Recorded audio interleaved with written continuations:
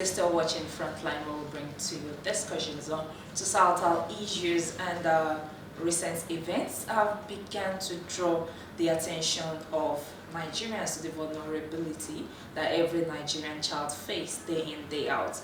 On December 18, 2024, there was a tragic Christmas funfair show in the city of Ibadan, Oyo State, which claimed the lives of 35 children. And just recently, in a disturbing video that circulated social media, a boy of 3-year-old was seen being subjected to physical abuse by his teacher, sparking outrage about the safety of children in school, in the society, even at home here in Nigeria. And the question is, what are we doing as a society to protect our children? What can be done to prevent this heartbreaking incidents from occurring again? And joining me today in the studio to have this discussion is Mrs. Christiana Oluwatoyi Daniel, a passionate child advocate, to help us examine those issues and explore the situations that would entail the safety and well-being of every Nigerian child. You're welcome to the studios. Good evening. Yes. Thank you so much for having me. You're welcome. As someone who has been in the line of child protection advocacy for years, how would you assess the current state of child safety in Nigeria? Thank you so much. I don't even know where to start from. The current state of Nigeria, I would say, does not have any plan for the safety of children. We do not have any safety measure on ground. You know, we have the Child's Right Law, but the Child's Right Law, I can tell you, people are aware, you talk about it, but the implementation is so poor. So when you talk about children, you want to refer to the Child's Right Law. And when you talk about the Child's Right Law, it is there you can start talking about children's safety. That's where people want to know how to protect children, how to keep children from harms, exploitation, and violence. But in actual fact, we don't have any measure on ground when it comes to safety of children. We just think. We just think, okay, what should be done? And in most cases, we don't even plan what we are planning. We don't even think, we don't see children as people that need protection. But these children need protection. Number one, the safety of every child begins with every family, every caregiver, everyone handling children. And the first contact will be the parents or the caregiver or whoever that child is saddled with at that particular time. And we now have to talk about the child, knowing his or her right or how to protect him or herself. Most adults cannot even talk about their own safety, not even talk of protecting a child. Well, how will you protect a child when you cannot even protect yourself? You know, there's this common adage in Yoruba that be non do any, don't join any, tareni na okonwu. That adage, people will always think about themselves first. Hardly will you see people, maybe some mothers and some other people will think of, okay, let me safeguard this child before anything happens. I think we should be talking about what are the measures we need to put in place so that such occurrence will not happen, because they have not been measured on ground. I think that's what I would have to say. Now, why do you think that the issue of child neglect and abuse continue to persist in our society? Thank you so much. It will keep persisting because we have not implemented the Child's Right Law.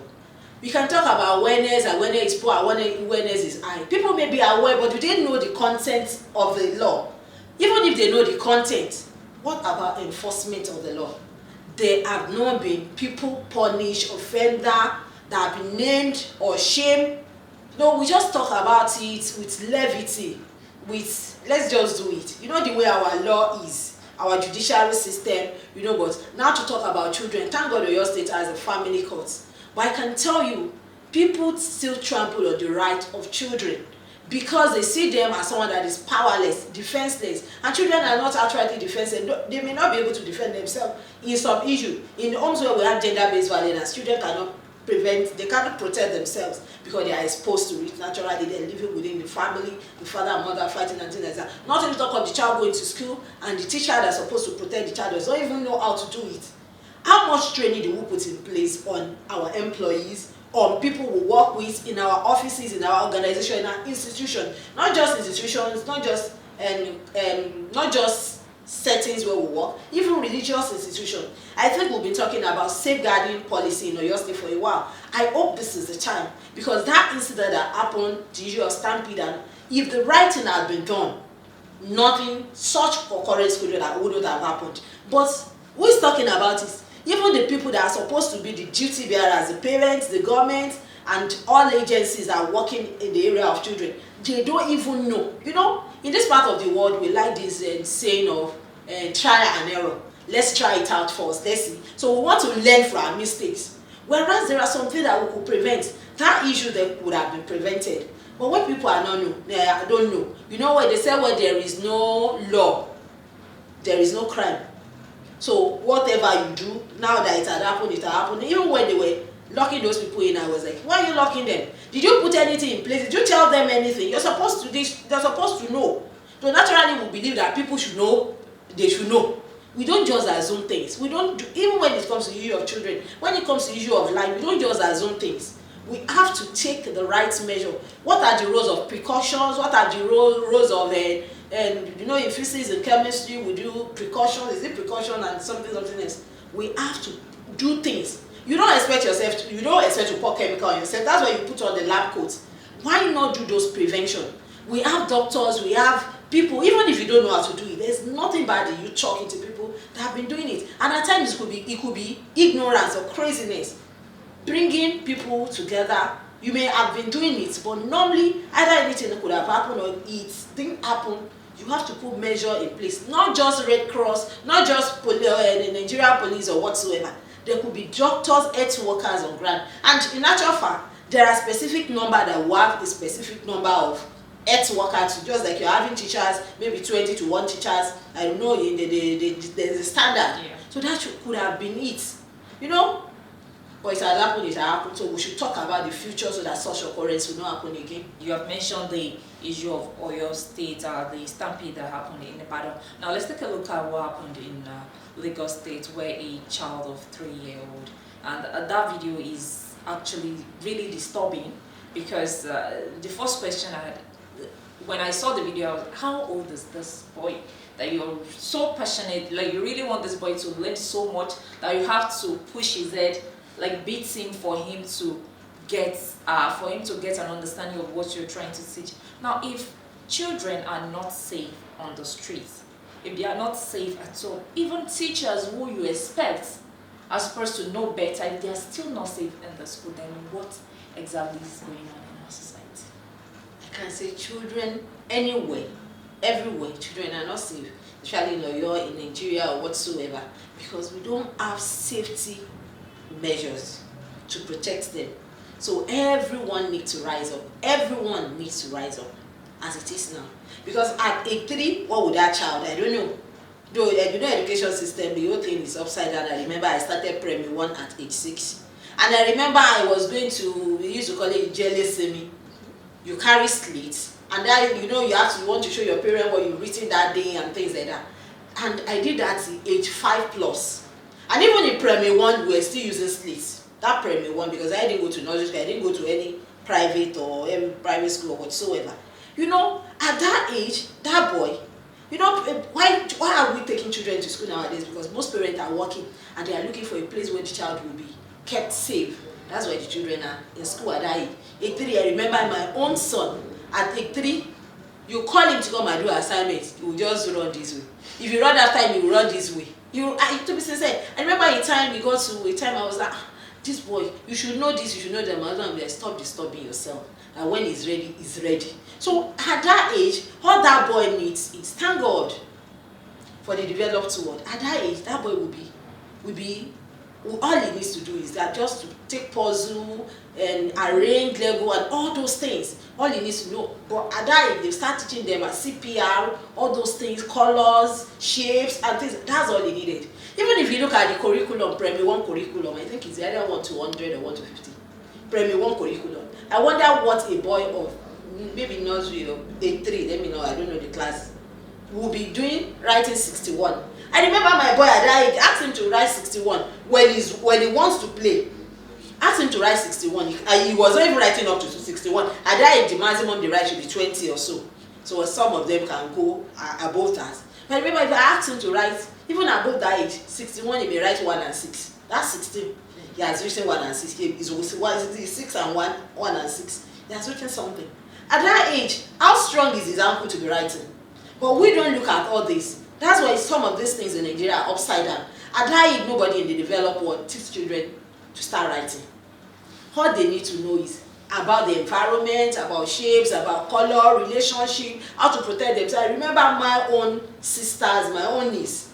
I remember several times when I called the mother, someone would call me, and the government were doing that. To teach this girl, they taught her CPR, they taught her fire safety, and so many things. At times color, at times artwork and things like that. So that's all we need at this stage. Maybe we need a look at our educational curriculum. But one thing I know is most parents, now I'm not talking about that particular parent, parents in Nigeria want their children, I think two my child can write 200. At age 13, my son is already in the university. My son is about graduating at 15. I think that's one of the reasons why we got ourselves there. You know, that fast tracking, pushing and things like that, that may not be it. Because actually listening to the interview of the woman that she actually asked her to care for the boy, watch over him. You know, watch over him. I remember in those days we attended Omo teacher. You understand that mentality, Omo teacher. You need to do better than others. She may not have done it based on that could be her attitude, but that's why teachers, people and children need to understand that children are fragile. If there's anything, they write it on some fridge and some fragile thing. They write fragile or delicate. Do not turn upside down, not that. The number one thing that was supposed to be written on our children, to write is fragile. Fragile because whatever you do to that child, you're modeling the child whether you like it or not. And some of your modeling could be wrong. So if you don't have the right mindset and the right information and the right thing to tell the child, you're just pumping in the wrong information. And you may injure the child, because we felt anything we do is free and we can go ahead with it. No, that shouldn't be it. So we all need to rise up. Learn. We can learn. I know government has a role to play in this. The one in Basharon, the one in Lagos, is because how our system is. There needs to be, reorientation. We have to learn. People need to learn and relearn. So most people don't know, and we don't even teach some of this things. We create awareness, but how often do we teach our staff, the people we work with, that these are do no harm? Because at that stage, she may think I'm taking care of that child, but at that stage she's doing harm. Because the child is not going to longer learning. No matter what you do, when you beat a child, even if the child is grown up, a teenager, the moment you anger a child, you're bitter with the child is not happy, learning is no longer taking place. So we need to know how to handle children, irrespective of their age, even adults. At times when we are disturbed, we can't learn. When you are not concentrating, you just discover that everything at that time, you're just doing it, everything is just falling to the wrong side. So we have to learn and read. What are the safety measures now that we need to put in place to ensure that our children are safe? Let's begin first from the home front, because like you said, no child is safe anywhere from home now. Because the stampede that happened in Ibadan now, while it might be a reflection of the society, also it's a reflection of parents. Sure. Because there were reports that some mothers have taken their children there as early as 4 a.m. Overnight. Throwing them over the fence. What would you want to make a mother throw children over the fence just for some form of monetary gain or food, as it is? So what are the measures that should be put in place right from the home? Actually, we have the child's right law. I think we've been talking about this, creating the child's right law. But child's right law, knowing about the child's right law, hearing about the child's right law does not do anything in its outright self. But we need to start educating people about the content of the child's right law. What are the things to do? How do we protect children? When a child is so age, because in Nigeria, I remember a country, Korea, whatsoever, that when you are starting a family, you go for a sort of orientation. You go for financial orientation, you go for family orientation, all sort of orientation they will teach you is a training they go through. And this same Korea, I remember there's this called the Sama Ondonga. I remember a professor teaching us there over how many years ago, decades. He was telling us that in South Korea that there is this orientation they give to everybody if you must work in the public sector. So now we're not just talking about the public sector, we're talking about every home, because at the home we have children, in office places you relate with children, no matter where you are, because children will become adult will be the one to lead the society, either we like it or not. So now we should start talking about how do we safeguard our children. We have to put in place, look at our environment, what are the things, we can't just say we are bringing one policy from abroad and bring it. We have to domesticate it, adaptation, and look at it. When you have such a number of children in a place, what are the safety guards that should be on place? In every classroom, what are the standards that should be there? When you watch films or you go abroad, you see some of those classes, you see fire extinguisher, you see exit door, they will write it boldly. Here we don't even put, we assume everybody understand. There should be tags on every place. Not all children can read and write, but the one that cannot even read, there should be an adult in care of them that will be holding them. But now, for those that can read, at least there should be a way. Like having a children program, you can't think of opening the door halfway. Or you can't, when you have a larger crowd, you must be able to have a wider place for them, open air, cross ventilation. You go to some schools, you see, we may have 3 classes in this room as it is, may be divided. I know some, we call them low-cost private schools. We can't really wipe them out outrightly because they are serving their own purpose. But when we have a larger number of children, there should be cross ventilation, and we should understand that during some hours, hot season, you can't keep children in the class 24/7, and you can't keep them under the sun.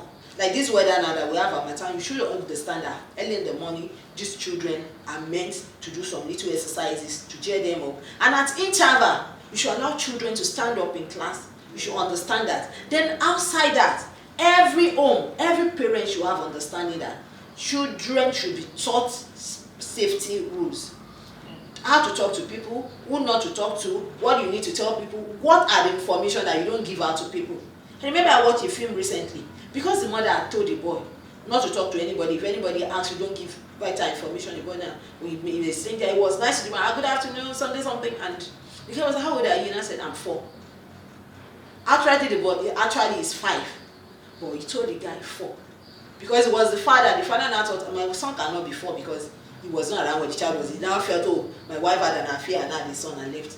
But, because he didn't understand, he didn't know him, he was a stranger. So there are things we teach our children. There are films, we even safeguard them when what we watch at home. No! Those films, they wrote parental guidance. How many people does that? Nobody look at it. You just watch and you are free to do anything. Then, do we teach our children communication skill? What are the things to say? What are the things not to say at so particular time? Then do we teach them? We talk about sexual education, that could be part of it. Then as parents, children learn more from what they see, from what you teach them. What are you modeling for them? How are you protecting your own home? Are you the one that will be at home and tell the children, go and open the gate, someone is by the gate? No. At least there should be age that will be appropriate for a child to open the gate. But in some homes, anybody can open the door, anybody can cook the food. No. You can't tell the guy. I watched a clip recently that a boy of about 2 or 3 years was frying something on the board, and they said they are teaching them. That is not teaching. That is outright child abuse. Because the child cannot understand safety. What if he pours hot water on himself? So these are things. Okay, when we are having events, we are in a place as we are now, I'm sure there will be fire extinguisher and some other things. We don't plan or pray for any havoc or anything bad to happen. But there should be things in place. Who can pick up a child? Some schools, anybody can walk in to pick a child. Some parents can give their child to any bike man to drop in school. Oh, my son is going to just drop the child in so school, and they think they are safe. No. A child needs protection, and just like I've said, the people that can protect them are the caregiver, people in their life. That's why the child's right law calls all these people that work with children, protect children, duty bearer. They have the right, they are the right holder because the rights belong to them. But in natural fact, they are powerless. We just empower them with that child's right law. So because they are human beings, it is still part of the human rights law. But in natural ways, we can implement it for them. Because children, we can bring them together. Let's visit Governor Makinde and make some noise and talk about child's rights. But who will make that happen? A child cannot just give his parent home and go. We have to do it as duty bearer.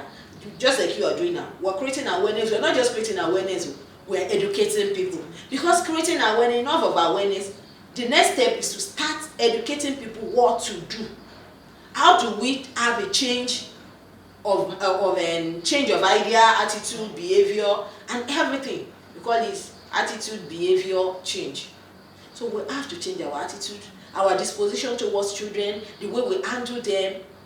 Do not just handle them, we have to handle them with care.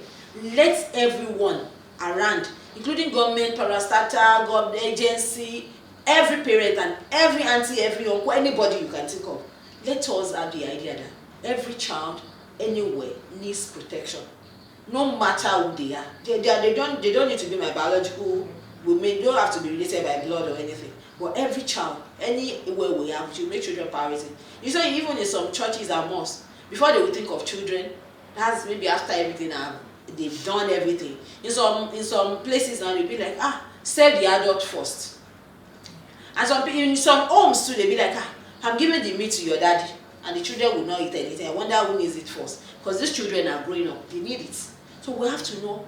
Safeguarding them is not just about protecting them, guiding them. We have to educate them, provide the right thing for them, tell them the right information, model the right way for them to grow. Because when you're not modeling right, you're beating, you're fighting, they are watching it. That is not safety again. It's still part of we're not just talking about physical safety, emotional safety is part of it. Because you're toiling with their mind, and these affect every one of them. As we are, everyone, we need to work on ourselves. We have to be consciously take steps that will protect children. But in Nigeria now, especially in the West, we need to agree what are the things. We have to list them that we'll be talking about it. And we shouldn't just stop at the point of talking now. We have to move to the point of action. Let's bring out a policy that must be enforced, either in market, when the child is in the market, what are the things that needs to be done and things that cannot be done. And how do we safeguard children that are in the market? You know, some parents, their children come to the market, so even you see some children as young as 5 selling things around the street, on the street, in the marketplaces, and even some of them, they go to school on their own. I remember I saw a young boy one day walking, and that day I was about dropping my children. Was like, how old are you? I was asking him, what class are you? Where is your house? And I said, it's coming from. And I look at that road. This is a road I don't even send my own children, because we have like 3-4 bends along that road. That even an adult, when you want to cross that road, you have to be extra careful. So safeguarding children should be a priority and a measure that everyone should be aware of. Though it could vary from places to places. That's why I said we need to sit down. What are the things that should be done in marketplaces, in offices, and what are the things that we can generalize that needs to be done? So we have to look into it critically. But at least when we're talking about medical, wherever we have children, everywhere where we have children, church, every gathering, there are things on ground. I will tell you, most schools don't even have first aid. And even the standard school don't have a sick bay. Most standard schools. Let's forget about government schools. When we're talking about us now, the government schools, so who is getting with that? Most of our sick bay or what the dispensary are no longer working. They don't even have nurses on ground. The people who are having in child sports, and there won't be nurses on ground. And they said they're having in child sport, you'll be surprised. Thank God for Red Cross, the volunteer and things like that, but not everybody goes to them. And for the case of Basham, let me go back to that. I learned some people when they slept overnight, they were not supposed to be allowed into that school. Some children trekked from as far as Challenge, they were already tired even before getting there. You know, our people, anyway, we know there's poverty in the land, there is, let me not say poverty, there's poverty, that's not the thing I said, there's economic downside. So many people cannot even feed. Then greed, some felt, okay, when I go there with 4 children, I'm getting like ×4 what is being given. See, we have to understand that, even though if that child is not there, if you can't, I tell people that if I'm giving my children at home, if I'm giving them Gary at home, it's better than you taking them to a far distance and say you're going for harm or you're going to collect money with them on the streets. It's dangerous. Whatever you have, give your children. Don't let us be influenced with greed. Work hard and do what is necessary.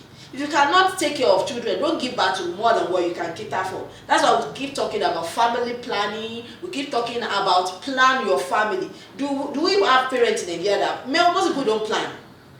That's part of the training they give them. You have to plan.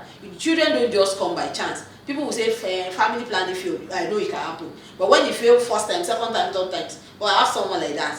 up to the 6th child, she said the family planning kept on failing. When the first one failed, you're supposed to be wise enough, and you kept giving child birth. And do you know most of the people they come to assist don't even give birth to more than 2 or maximum 3. And now you're not looking at this, someone that has planned his own family, you're bringing your own body. Everybody has a plan and everybody has something to do. So that's why we need to plan. Planning is part of safeguarding. When you don't plan for a child you want to give birth to, anything goes. Anything can happen to that child. Who knows what can happen in the nearest future? Good will happen, sure. But you have to plan. You have to sit down on the table, plan. What are your goals? What are your plans? Concerning your family, where do you want your children?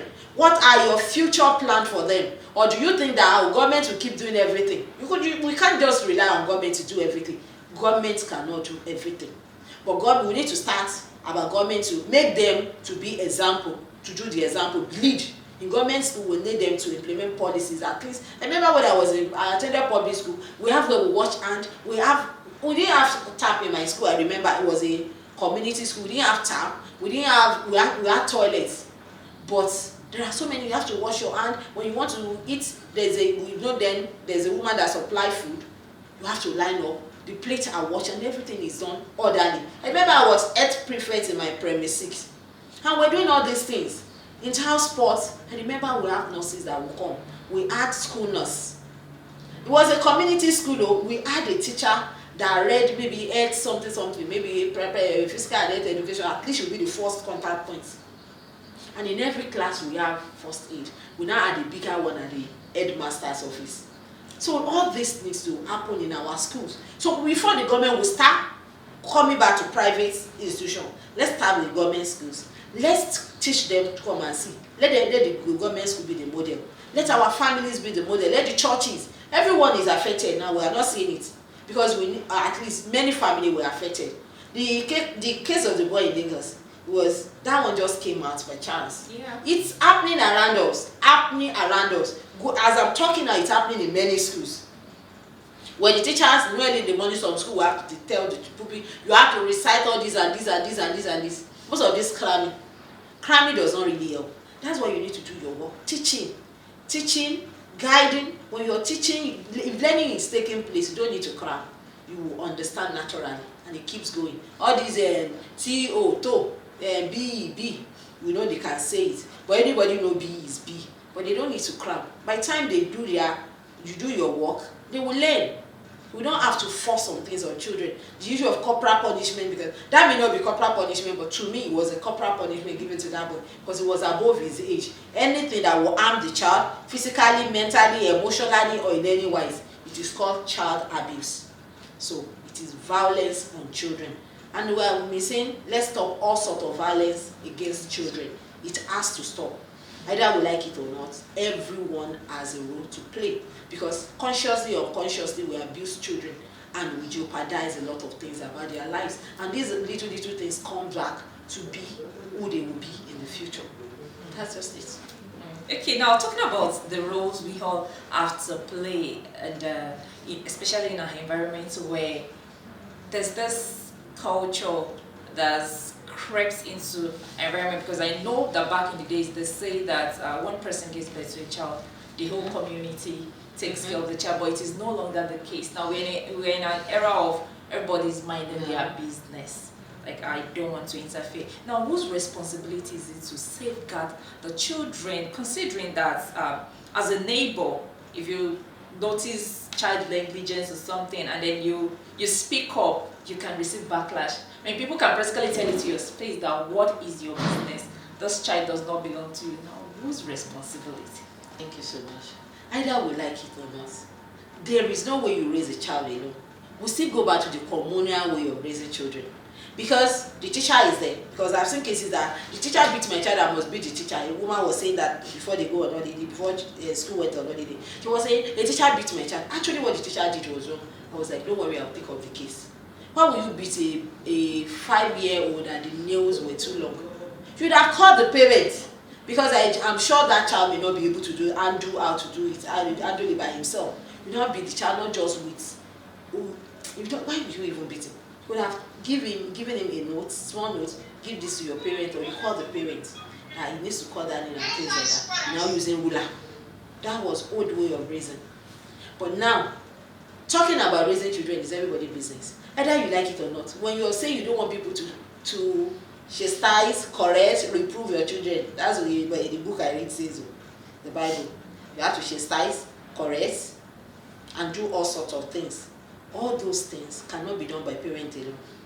You know, at times your children will have people, because my dad, the way he used to tell us that it is a very bad thing for you not to have one person in your life that you look up to.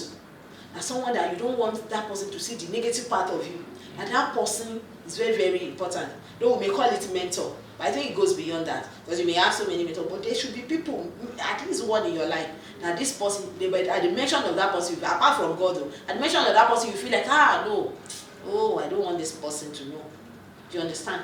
So why will a parent now say, don't touch my children, don't talk to my children? Some will even say, no, you don't say that to my children, except when they are abusing a child. But when you are correcting a child in love, everyone, it is the role of everyone. Children teacher in churches even witness, some parents will tell you that, no, you can't talk to my child anyhow. So, you know, at times, we need to correct this mentality. Good, we need to safeguard our children from abuser, from predators, but from people God has put into their life, like grandmothers, mother-in-law, uncle, teachers, guardians in school, or even friends, family friends. There is something they can impart in that child. By the time, people you allow into your life first should be trusted people. You know, you don't just allow everybody into your home and into the life of your children. But the people you allow are the people that you know they have the same mindset. But they have the same mindset of safeguarding the child, you understand? So when they have the same mindset, you should allow people to instill discipline. Discipline that I meant is not corporal punishment. Talking to children, guidance, advice into the life of your children. You know, there are people that will just tell my children, your room is messed up. I've been telling you to do it. If you don't do it, I will tell you so. They don't want to hear, but they will be like, okay, I have to do it. They will rush and start doing the room, you understand? So one person, they said a tree cannot make a forest. A tree alone cannot make a forest. You have people in your life that know. Even you should have people, not just in your children. You should have people, families that go down. Maybe they have grown-up children and their children are doing well. You can make them example, model that you can talk to. How did they do it? How did they do it? And you can relate to them. You can understudy them once in a while. You see how they do. Allow your children to have access to people that can impact their lives. Don't send people away because they are telling you the truth. Don't send a pass of destiny from your children because they are telling the child the truth. Let people, just like I say, people of value, people that can instill value into them, allow them into their life. So far you know they are trusted people. That's number one. They are trusted, they can't abuse, they can't violate the child's right. Allow them. On no occasion should a teacher reprimand a child on the right thing and you parent feel like, I want to know you. Because most teachers don't use cane. I tell people, I don't use cane. And people like, I remember someone say, go and buy cane in your house. And they say, I can't use cane. I mean, I don't use cane. I understand the kind of children and what. In fact, my daughter, she'll be telling, I remember a day she was telling my mommy, buy cane. That's why you'll be saying, you will buy cane, but you don't buy it. You buy the cane and let's see. And I told her, like that child, I won't beat her, I don't even use cane. But such child, if you buy cane, you're just disturbing yourself. Because I tell children, the more you beat, the more children disobey. But talk to them in love, they understand. Talk to them in love. And you to be a role model. Model what you want to see in them. Don't do one thing and expect them to do another thing. Whatever you do, you carry your phone in the morning from morning to night, you start studying or scrolling and you're not telling your children, drop your tab, go and read. Children learn by example. But I'll still go back to that word. You cannot raise that child alone. You are not an expert. I work with children, but there are still things I want my children to do that I still talk to people about. There are people I see that are role model. I have people that are like see as mentor. On Sunday I was speaking with someone that I admire so much and we're talking a lot. But if you are someone that you don't have such people in your life, you need to look out for them. People that can carry your body. I'm not talking about you looking for people that will give you money. Everybody has their own body. People you can share things with, burden, issues of life, how to act out, and that you'll be blessed at the end of the day because you're gaining is a mutual relationship. You know, there's this relationship they say you gain, I gain, and things like that. You should have people like that in your life. Don't let your children be destroyed for lack of you sending people away from them. Let them learn from other people. Don't be the only one. And don't forget, you know, there's this parenting style I usually call firm but fair. You have to be firm, at the same time you have to be fair. So allow them to see how things is. Either we like it or not, they are going into real world and they will meet people. You can cover them, do all sorts of things. Don't allow people into them, but they will surely work. Nobody's around like, we need people, I need you, you need me. You know, that's what they say. I need you, you need me. We are part of each other. Either we like it or not. They will go and work. Even people are doing remote work. In that remote job, you still do online business, you interact with colleagues and things like that. Let them relate. But just take first, as I've said, a trusted advisor. Let them have their own mind, but build them up and allow people into their life. Let them go to where they will learn, where you add values to themselves. Some people cannot allow their children to interact with other children. It is wrong. Some people will say, those children are polluted. Not all children are polluted. Watch the place you're sending your children and see whether they are going to gain. Value where they're going.